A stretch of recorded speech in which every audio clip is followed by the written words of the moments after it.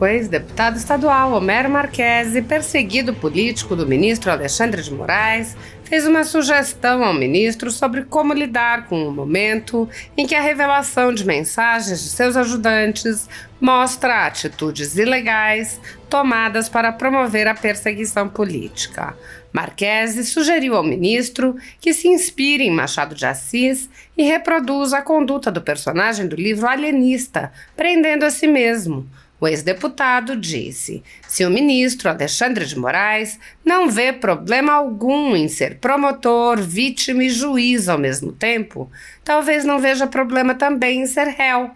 Então, sugiro ao ministro Alexandre de Moraes que se prenda, espeça o mandado de prisão, se entregue e cumpra a pena. Seria certamente um final apoteótico e muito merecido para essa fase do terror da consolidação da democracia vibrante no Brasil. O ex-deputado sugeriu ainda que, para dar formalidade ao momento, o ministro teria à sua disposição uma legião de testemunhas, aquelas pessoas que estão sempre dispostas a abaixar a cabeça e cumprir ordens absurdas, para dar alguma formalidade a esse evento, que seria um encerramento com chave de ouro desse momento triste que a gente está vivendo no país. Na conjuntura jurídica atual do Brasil, muitas pessoas estão sendo tratadas como subcidadãos e subhumanos, sendo perseguidas implacavelmente por medidas judiciais invasivas e arbitrárias, sem direito razoável ao contraditório e à ampla defesa, pelo simples motivo de terem manifestado apoio ao ex-presidente Jair Bolsonaro. Por expressarem suas opiniões, são alvo de CPIs, de inquéritos secretos conduzidos pelo ministro Alexandre de Moraes no Supremo Tribunal Federal, ou são vítimas de medidas arbitrárias, como prisões políticas, apreensão de bens, exposição indevida de dados, entre outras. O ex-presidente Jair Bolsonaro chegou a advertir em um pronunciamento para uma manifestação da subprocuradora Lindora Araújo, da Procuradoria-Geral da República, que denunciou o uso da técnica da Fishing Expedition por parte do ministro Alexandre de Moraes. A técnica é comum nos inquéritos conduzidos por Moraes contra adversários políticos, jornais independentes e cidadãos que se expressam de maneira crítica contra a conduta de ministros da Suprema Corte. Neste modus operandi, o investigador promove uma devassa em pessoas escolhidas por ele para procurar algum indício ou algum motivo para acusação, em contrariedade ao preconizado pelo direito que deveria investigar fatos. Em inquéritos conduzidos em cortes superiores, observa-se um procedimento característico. Matérias da velha imprensa atribuem um rótulo ou marca a um grupo de pessoas e isso é tido como suficiente para quebras de sigilos, interrogatórios, buscas e apreensões, prisões e confiscos. As matérias e depoimentos de pessoas suspeitas são aceitas sem questionamento e servem de base para medidas cautelares contra as pessoas marcadas, após promover uma devassa nas pessoas e empresas no que é conhecido como Fishing Expedition. Os dados são vazados para a velha imprensa, que então promove um assassinato de reputações que dá causa a novas medidas abusivas. Conforme vários senadores já notaram, os procedimentos são comumente dirigidos aos veículos de imprensa independentes em evidente tentativa de eliminar a concorrência, controlar a informação e manipular a população brasileira.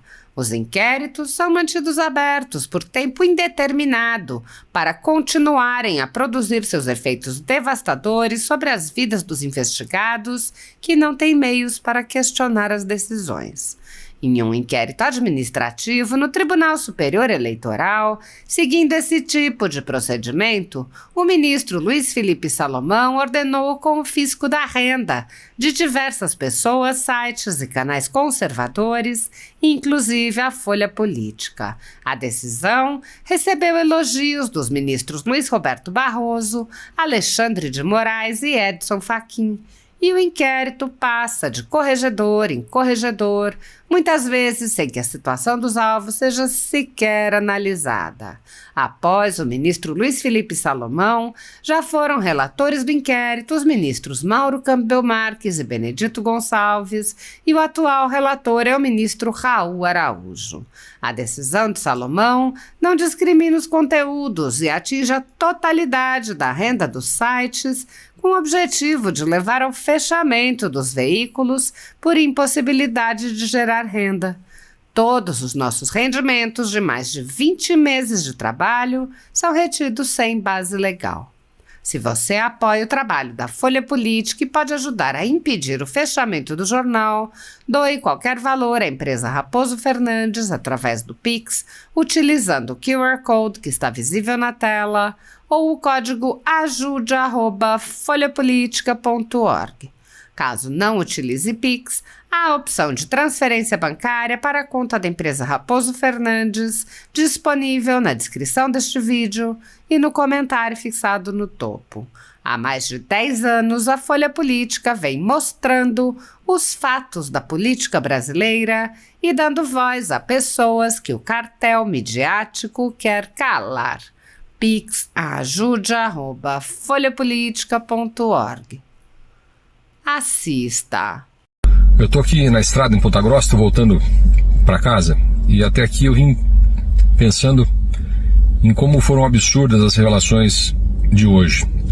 Quando eu fui censurado, eu e os meus advogados, e aí vai um abraço pro Tomé e pro Frederico, a gente ficava se questionando como é que a publicação que eu fiz, e que não tinha problema algum no nosso entendimento, tinha chegado lá no TSE.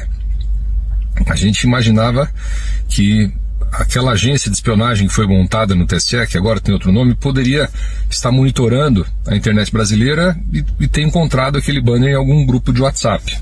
A gente também chegou a cogitar se algum opositor não teria encaminhado uma denúncia lá para o TSE com a intenção de me prejudicar. Mas, sinceramente, não passou pela nossa cabeça que o próprio ministro, como de fato foi revelado hoje, tinha recebido aquela publicação de alguma forma e encaminhado para o TSE um pedido de relatório.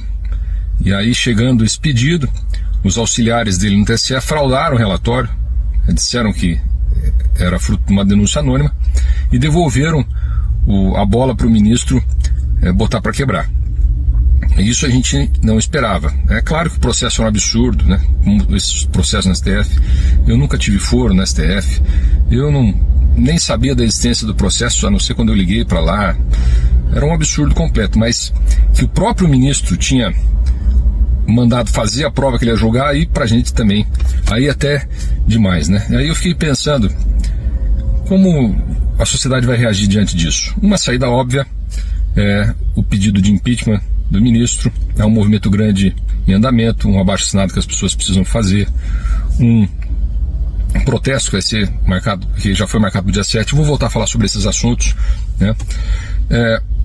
Mas a curto prazo, a responsabilização penal do ministro não parece muito evidente, né?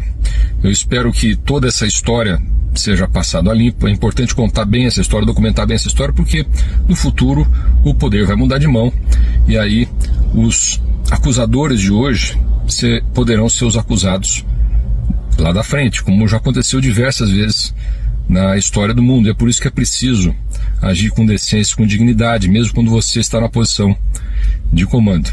Os ministros do STF aparentemente não vão tomar nenhuma providência, porque estão empoderando o ministro Alexandre de Moraes desde o começo desses inquéritos, né? Aliás, foram muito espertos em colocar o Alexandre de Moraes na frente, satisfazendo a vaidade do ministro enquanto eles estavam de trás, né? Vão honrar o pacto, né? Vão estar do lado dele porque estão calçando ele, mas foram espertos porque nesse tipo de momento eles vão poder falar que não sabiam exatamente o que estava acontecendo. Outros órgãos de controle parece também não vão fazer nada, porque não tem feito nada. Órgãos da sociedade civil também, muito deferentes ao poder até agora, não parece que vão reagir. E aí me veio uma ideia, uma possível solução dada por Machado de Assis no seu livro Alienista, cujo protagonista, o Simão Bacamarte, era um médico que começou a encontrar loucura em todo mundo, a ponto de internar quase a cidade inteira num manicômio.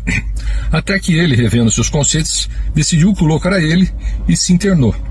Aí eu pensei, se o ministro Alexandre de Moraes não vê problema algum em ser promotor, vítima e juiz ao mesmo tempo, talvez não veja problema também em ser réu.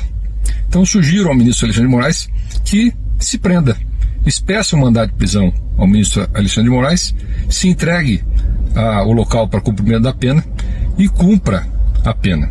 Seria certamente um final apoteótico e muito merecido para essa fase do terror, da consolidação da democracia vibrante no Brasil.